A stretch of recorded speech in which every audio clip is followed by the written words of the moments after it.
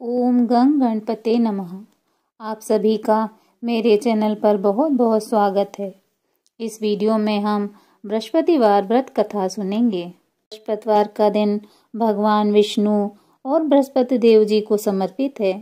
इस दिन भगवान विष्णु और बृहस्पति देव का पूजन करना चाहिए तथा कथा सुननी चाहिए। बृहस्पतिवार की कथा सुनने से सभी समस्याओं से छुटकारा मिलता है और जीवन में सुख समृद्धि आती है। तो आइए सुनते हैं अद श्री बृहस्पतिवार व्रत कथा। भारतवर्ष में एक प्रतापी और दानी राजा राज्य करता था। वह नित्य गरीबों और ब्राह्मणों की सहायता करता था। यह बात उसकी रानी को अच्छी नहीं लगती थी। वह न तो गरीबों को दान देती थी और न ही भगवान का पूजन करती थी और राजा को भी दान देने से मना किया करती थी। एक दिन राजा शिकार खेलने वन को गए हुए थे तो रानी महल में अकेली थी। उसी समय बृहस्पति देव साधु के वेश में राजा के महल में भिक्षा के लिए गए और भिक्षा मांगी। रानी ने भिक्षा देने से इनकार कर दिया और कहा, हे साधु महाराज, मैं तो दान्य पुण्य से तंग आ गई हूँ। मेरा पति सारा धन लुटाते रहता है। मेरी इच्छा है कि हमारा सारा धन नष्ट हो जाए, फिर न तो बांस रहेगा और न बांसुरी बजेगी। साधु ने कहा, देवी तुम तो बड़ी विचित्र हो। धन संतान तो सभी चाहते हैं। पुत्र और लक्ष्मी तो पापी के घर में भी होना चाहिए। यदि तुम्हारे पास अधिक धन है तो भूखों को भोजन दो, प्यासों के लिए प्याऊ बनवाओ, मुसाफिरों के लिए धर्मशालाएं खुलवाओ। जो निर्धन अपनी कुंवारी कन्याओं का विवाह नहीं करा सकते उनका विवाह करा दो। ऐसे और कई काम हैं जिनके करने से तुम्हारा यश लोक परलोक में फैलेगा। परंतु रानी पर उपदेश का कोई फर्क न पड़ा। वह बोली, महाराज आप मुझे न समझाइए। मैं ऐसा धन नहीं चाहती जो हर जगह बांटती फिरूं। साधु ने उत्तर दिया, यदि तुम्हारी ऐसी इच्छा है तो तथास्तु। तुम ऐसा करना कि बृहस्पतिवार के दिन घर लीपकर पीली मिट्टी से अपना सर धोकर स्नान करना, भट्टी चढ़ाकर कपड़े धोना। ऐसा करने से आपका सारा धन नष्ट हो जाएगा। इतना कहकर वह साधु महाराज वहां से लोप हो गए।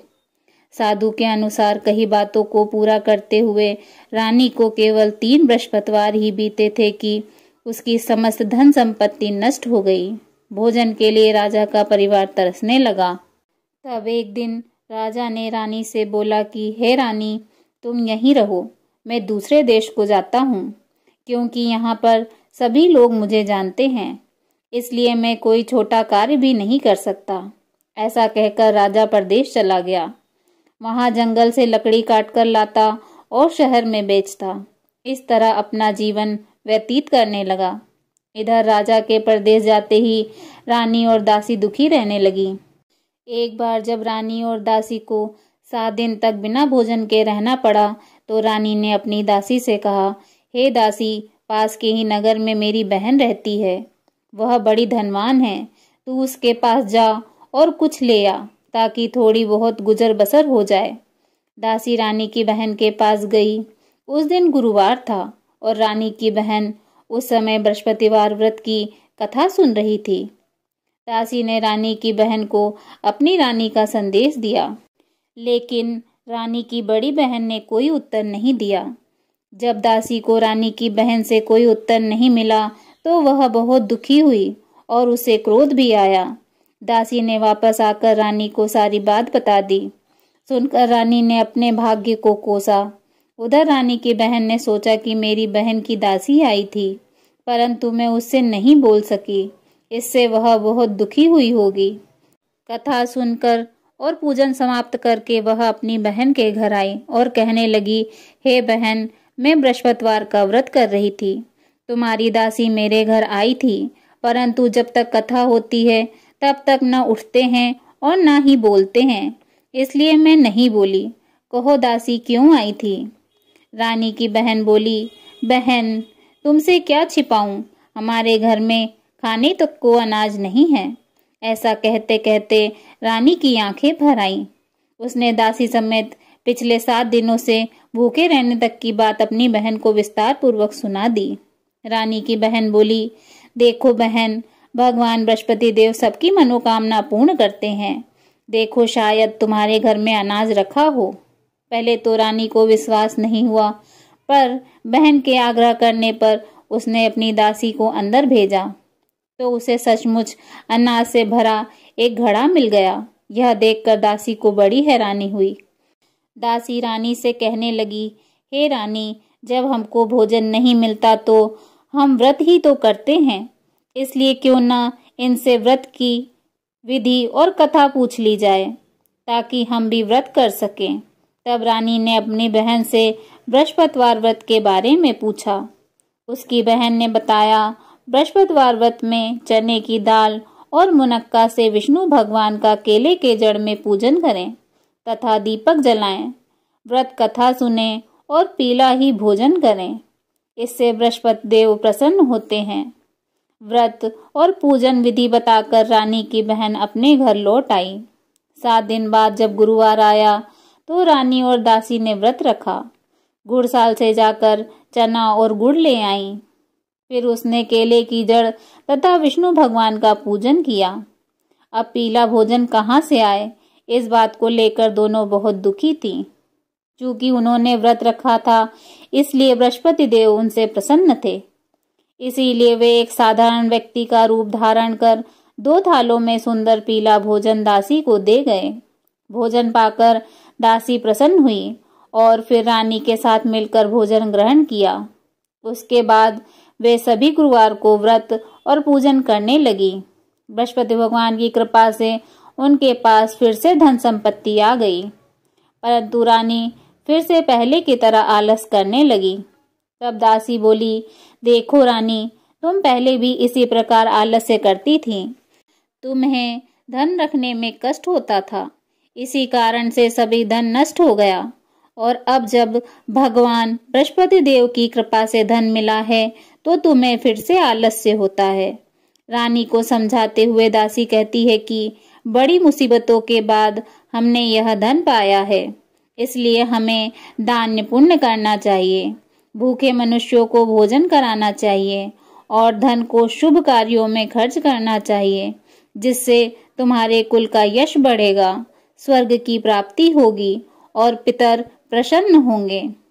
दासी की बात मानकर रानी अपना धन शुभ कार्यों में खर्च करने लगी, जिससे पूरे नगर में उसका यश फैलने लगा।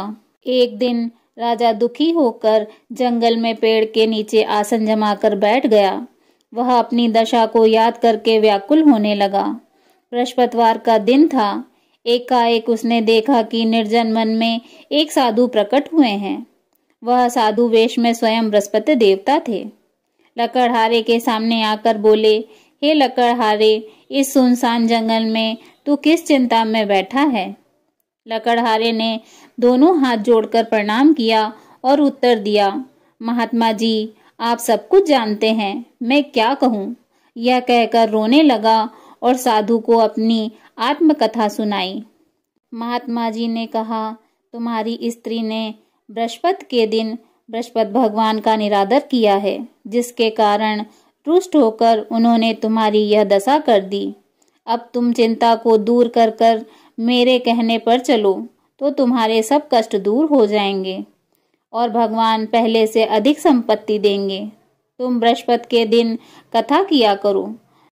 2 पैसे के चने मुनक्के लाकर उनका प्रसाद बनाओ और शुद्ध जल से लोटे में शक्कर मिलाकर अमृत तैयार करो। कथा के पश्चात अपने सारे परिवार और सुनने वाले प्रेमियों में अमृत व प्रसाद बांटकर आप भी ग्रहण करो। ऐसा करने से भगवान तुम्हारी सब मनोकामनाएं पूरी करेंगे। साधु के ऐसे वचन सुनकर लकड़हारा बोला, हे प्रभु, मुझे लकड़ी बेचकर इतना पैसा नहीं मिलता जिससे भोजन के उपरांत कुछ बचा सकूं। मैंने रात्रि में अपनी स्त्री को व्याकुल देखा है। मेरे पास कुछ भी नहीं है जिससे मैं उसकी खबर मंगा सकूं। साधु ने कहा, हे लकड़हारे, तुम किसी बात की चिंता मत करो। बृहस्पति के दिन तुम रोजाना की तरह लकड़ियां लेकर शहर को जाओ। तुमको रोज से दुगना धन प्राप्त होगा, जिससे तुम भली भांति भोजन कर लोगे तथा बृहस्पति देव की पूजा का सामान भी आ जाएगा। इतना कहकर साधु अंतर ध्यान हो गए। धीरे धीरे समय व्यतीत होने पर फिर वही बृहस्पतिवार का दिन आया। लकड़हारा जंगल से लकड़ी काटकर किसी शहर में बेचने गया। उसे उस दिन और दिनों से अधिक पैसा मिला।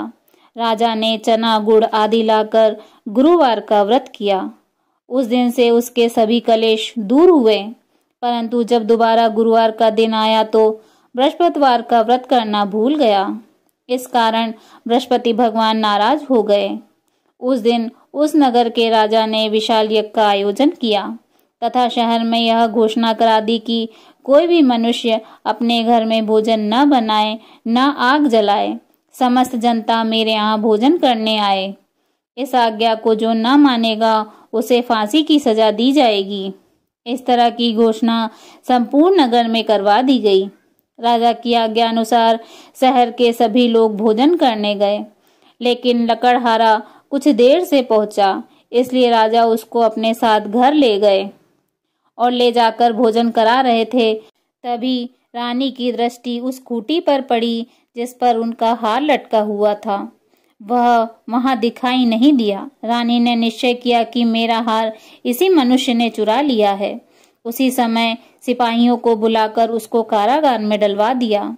जब लकड़हारा कारागार में पड़ गया और वह बहुत दुखी होकर यह विचार करने लगा कि न जाने कौन से पूर्व जन्म के कर्म से मुझे यह दुख प्राप्त हुआ है, और उसी साधु को याद करने लगा जो जंगल में मिला था। उस समय तत्काल बृहस्पति देव साधु के रूप में प्रकट हुए और उसकी दशा को देखकर कहने लगे, अरे मूर्ख, तूने बृहस्पति देव की कथा नहीं कही, इसी कारण तुझे दुख प्राप्त हुआ है। अब चिंता मत कर, बृहस्पति के दिन कारागार के दरवाजे पर 4 पैसे पड़े मिलेंगे। उनसे तू बृहस्पति देव की पूजा करना, तेरे सभी कष्ट दूर हो जाएंगे। बृहस्पतिवार के दिन उसे 4 पैसे मिले। लकड़हारे ने कथा कही। उसी रात्रि को बृहस्पति देव ने उस नगर के राजा को स्वप्न में कहा, हे राजा, तूने जिस आदमी को कारागार में बंद कर दिया है वह निर्दोष है, वह राजा है, उसे छोड़ देना। रानी का हार उसी खूंटी पर लटका है। अगर तू ऐसा नहीं करेगा तो मैं तेरे राज्य को नष्ट कर दूंगा। इस तरह रात्रि में स्वप्न को देखकर राजा प्रातः काल उठा और खूंटी पर हार देखकर लकड़हारे को बुलाकर क्षमा मांगी तथा लकड़हारे को योग्य सुंदर वस्त्र आभूषण देकर विदा कर दिया। बृहस्पति देव के आज्ञा अनुसार लकड़हारा अपने नगर को चल दिया। राजा जब अपने नगर के निकट पहुंचा तो उसे बड़ा आश्चर्य हुआ। नगर में पहले से अधिक बाग, तालाब, कुएं तथा बहुत सी धर्मशाला, मंदिर आदि बन गए हैं।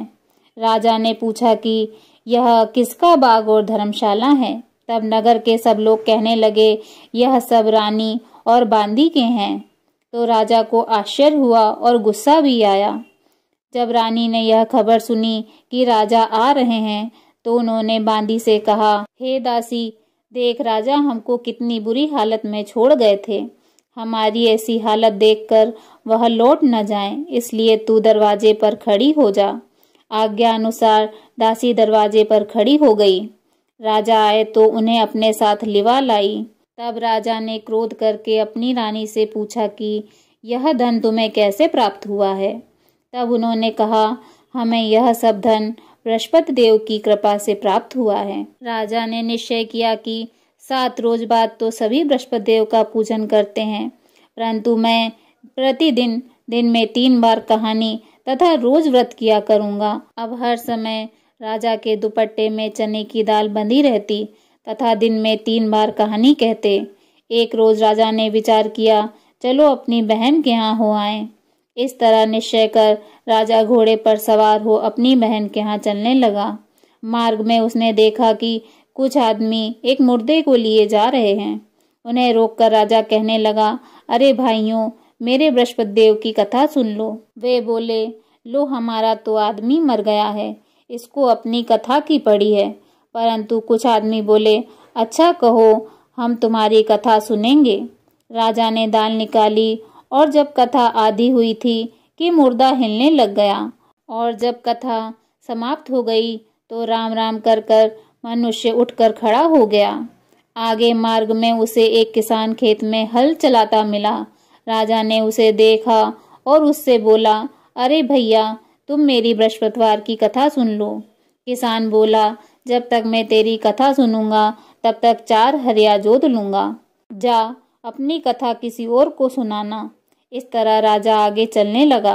राजा के हटते ही बैल पछाड़ खाकर गिर गए तथा किसान के पेट में जोर से दर्द होने लगा। उसी समय उसकी माँ रोटी लेकर आई। उसने जब यह देखा तो अपने पुत्र से सब हाल पूछा और बेटे ने सभी हाल कह दिया। तो बुढ़िया दौड़ी दौड़ी उस घुड़सवार के पास गई और उससे बोली, मैं तेरी कथा सुनूंगी, तू अपनी कथा मेरे खेत में चलकर कहना। राजा ने बुढ़िया के खेत में जाकर कथा कही, जिसके सुनते ही वह बैल उठ खड़े हुए तथा किसान के पेट का दर्द बंद हो गया। राजा अपनी बहन के घर पहुंचा। बहन ने भाई की खूब मेहमानी की। दूसरे रोज प्रातःकाल राजा जगा तो वह देखने लगा कि सब लोग भोजन कर रहे हैं। राजा ने अपनी बहन से कहा, ऐसा कोई मनुष्य नहीं है जिसने भोजन नहीं किया हो, मेरी बृहस्पतिवार की कथा सुन ले। बहन बोली, हे भैया, यह देश तो ऐसा ही है। यहाँ पहले लोग भोजन करते हैं, बाद में अन्य कार्य करते हैं। अगर कोई पड़ोस में हो तो देख आऊं। वह ऐसा कहकर देखने चली गई, परंतु उसे कोई ऐसा व्यक्ति नहीं मिला जिसने भोजन न किया हो। अतः वह एक कुम्हार के घर गई, जिसका लड़का बीमार था। उसे मालूम हुआ कि उसके यहाँ 3 रोज से किसी ने भोजन नहीं किया है।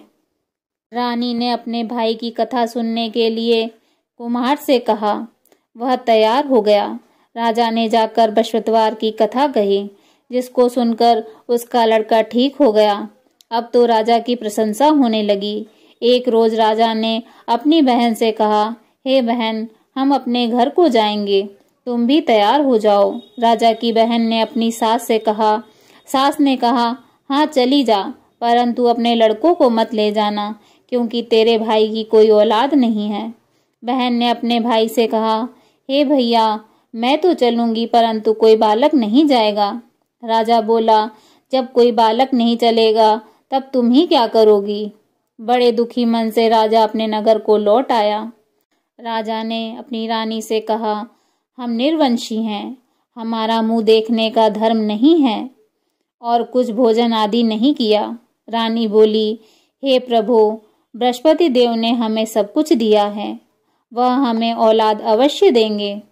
उसी रात को बृहस्पति देव ने राजा से स्वप्न में कहा, हे राजा, उठ, सभी सोच को त्याग दे, तेरी रानी गर्भ से है। राजा को यह बात सुनकर बड़ी प्रसन्नता हुई। 9वें महीने में उसके गर्भ से एक सुंदर पुत्र ने जन्म लिया। तब राजा बोला, हे रानी, स्त्री बिना भोजन के रह सकती है, पर बिना बात कहे नहीं रह सकती। जब मेरी बहन आवे तो तुम उससे कुछ मत कहना। रानी ने सुनकर हाँ कह दिया। जब राजा की बहन ने यह शुभ समाचार सुना तो वह बहुत खुश हुई तथा बधाई लेकर अपने भाई के घर आई। तभी रानी ने कहा, घोड़ा चढ़कर तो नहीं आई, गधा चढ़कर आई। राजा की बहन बोली, भाभी, मैं इस प्रकार न कहती तो तुम्हें औलाद कैसे मिलती। बृहस्पति देव ऐसे ही हैं, जैसे जिसके मन की कामनाएं हैं सभी को पूर्ण करते हैं। जो सद्भावना पूर्वक बृहस्पतिवार का व्रत करता है एवं कथा पढ़ता है अथवा सुनता है, दूसरों को सुनाता है, बृहस्पति देव उसकी सभी मनोकामनाएं पूर्ण करते हैं। भगवान बृहस्पति देव उसकी सदैव रक्षा करते हैं। संसार में जो मनुष्य सद्भावना से भगवान जी का पूजन व्रत सच्चे हृदय से करते हैं तो उसकी सभी मनोकामनाएं पूर्ण करते हैं। जैसी सच्ची भावना से रानी तथा राजा ने उनकी कथा का गुणगान किया तो उनकी सभी इच्छाएं बृहस्पति देव जी ने पूर्ण की थी। इसलिए पूर्ण कथा सुनने के बाद प्रसाद लेकर जाना चाहिए। हृदय में उनका मनन करते हुए जयकारा बोलना चाहिए। बोलो बृहस्पति देव भगवान की जय, विष्णु भगवान की जय। बृहस्पति देव महाराज की दूसरी कथा। प्राचीन काल में एक ब्राह्मण रहता था। वह बहुत निर्धन था। उसकी कोई संतान नहीं थी। उसकी स्त्री बहुत मलिनता के साथ रहती थी। वह न तो स्नान करती थी और न किसी देवता का पूजन करती थी। इससे ब्राह्मण देवता बड़े दुखी थे। बेचारे बहुत कुछ कहते थे, किंतु उसका कुछ परिणाम न निकला। भगवान की कृपा से ब्राह्मण स्त्री के कन्या रूपी रत्न पैदा हुआ। कन्या बड़ी होने पर प्रातः स्नान करके विष्णु भगवान का जाप व बृहस्पतिवार का व्रत करने लगी। अपने पूजन पाठ को समाप्त करके विद्यालय जाती तो अपनी मुट्ठी में जौ भर के ले जाती और पाठशाला के मार्ग में डालती जाती। जब वे जौ स्वर्ण के हो जाते तो लौटते समय उनको बिनकर घर ले आती थी। एक दिन वह बालिका सूप में सोने के जौ को फटककर साफ कर रही थी कि उसके पिता ने देख लिया और कहा, हे बेटी, सोने के जौ के लिए सोने का सूप होना चाहिए। दूसरे दिन बृहस्पतिवार था। इस कन्या ने व्रत रखा और बृहस्पति देव से प्रार्थना करके कहा, मैंने आपकी पूजा सच्चे मन से की हो तो मेरे लिए सोने का सूप दे दो। बृहस्पति देव ने उसकी प्रार्थना स्वीकार कर ली। रोजाना की तरह वह कन्या जौ फैलाती हुई जाने लगी। जब लौटकर जौ बिन रही थी तो बृहस्पति देव की कृपा से सोने का सूप मिला। उसे वह घर ले आई और उससे जौ साफ करने लगी, परंतु उसकी माँ का वही ढंग रहा। एक दिन की बात है कि वह कन्या सोने के सूप में जौ साफ कर रही थी। उसी समय उस शहर का राजपुत्र वहां से होकर निकला। इस कन्या के रूप और कार्य को देखकर मोहित हो गया तथा अपने घर आकर भोजन तथा जल त्याग कर उदास होकर लेट गया। राजा को इस बात का पता लगा तो वह अपने मंत्री के साथ उसके पास गए और बोले, हे बेटा, तुम्हें किस बात का कष्ट है? किसी ने अपमान किया है अथवा और कोई अन्य कारण हो सो कहो, मैं वही कार्य करूंगा जिससे तुम्हें प्रसन्नता हो। अपने पिता की राजकुमार ने बातें सुनी तो वह बोला, मुझे आपकी कृपा से किसी बात का दुख नहीं है। किसी ने मेरा अपमान नहीं किया, परंतु मैं उस लड़की के साथ विवाह करना चाहता हूँ जो सोने के सूप में जौ साफ कर रही थी। यह सुनकर राजा आश्चर्य में पड़ गए और बोले, हे बेटा, इस तरह की कन्या का पता तुम ही लगाओ, मैं उसके साथ तुम्हारा विवाह अवश्य ही करवा दूंगा। राजकुमार ने उस लड़की के घर का पता बतलाया। तब मंत्री उस लड़की के घर गए और ब्राह्मण देवता को सभी हाल बतलाया। ब्राह्मण देवता राजकुमार के साथ अपनी कन्या का विवाह करने के लिए तैयार हो गए तथा विधि विधान के अनुसार ब्राह्मण की कन्या का विवाह राजकुमार के साथ हो गया। कन्या के घर से जाते ही पहले की भांति उस ब्राह्मण देवता के घर गरीबी का निवास हो गया। अब भोजन के लिए भी अन्न बड़ी मुश्किल से मिलता था। एक दिन दुखी होकर ब्राह्मण देवता अपनी पुत्री के पास गए। बेटी ने पिता की दुखी अवस्था को देखा और अपनी माँ का हाल पूछा। तब ब्राह्मण ने सभी हाल कहा। कन्या ने बहुत सा धन देकर अपने पिता को विदा कर दिया। इस तरह ब्राह्मण का कुछ समय सुखपूर्वक व्यतीत हुआ। कुछ दिन बाद फिर वही हाल हो गया। ब्राह्मण फिर अपनी कन्या के यहाँ गए और सारा हाल कहा। बेटी बोली, हे पिताजी, आप माताजी को यहाँ ले आओ, मैं उन्हें विधि बता दूंगी जिससे गरीबी दूर हो जाएगी। वह ब्राह्मण देवता अपनी स्त्री को साथ लेकर पहुँचे तो अपनी माँ को समझाने लगी, हे माँ, तुम प्रातः काल प्रथम स्नान आदि करके विष्णु भगवान का पूजन करो तो सब दरिद्रता दूर हो जाएगी। परंतु उसकी माँ ने एक भी बात नहीं मानी और प्रातः काल उठकर अपनी पुत्री के बच्चों की जूठन को खा लिया। इससे उसकी पुत्री को बहुत गुस्सा आया और एक रात को कोठरी से सभी सामान निकाल दिया और अपनी माँ को उसमें बंद कर दिया। प्रातः काल उन्हें निकालकर स्नान आदि करवाया और पाठ करवाया तो उसकी माँ की बुद्धि ठीक हो गई और फिर प्रत्येक बृहस्पतिवार को व्रत रखने लगी। इस व्रत के प्रभाव से उसकी माँ बाप बहुत ही धनवान और पुत्रवान हो गए और बृहस्पति जी के प्रभाव से इस लोक के सुखों को भोगकर स्वर्ग को प्राप्त हो गए। बोलिए विष्णु भगवान की जय, बृहस्पति देव महाराज की जय।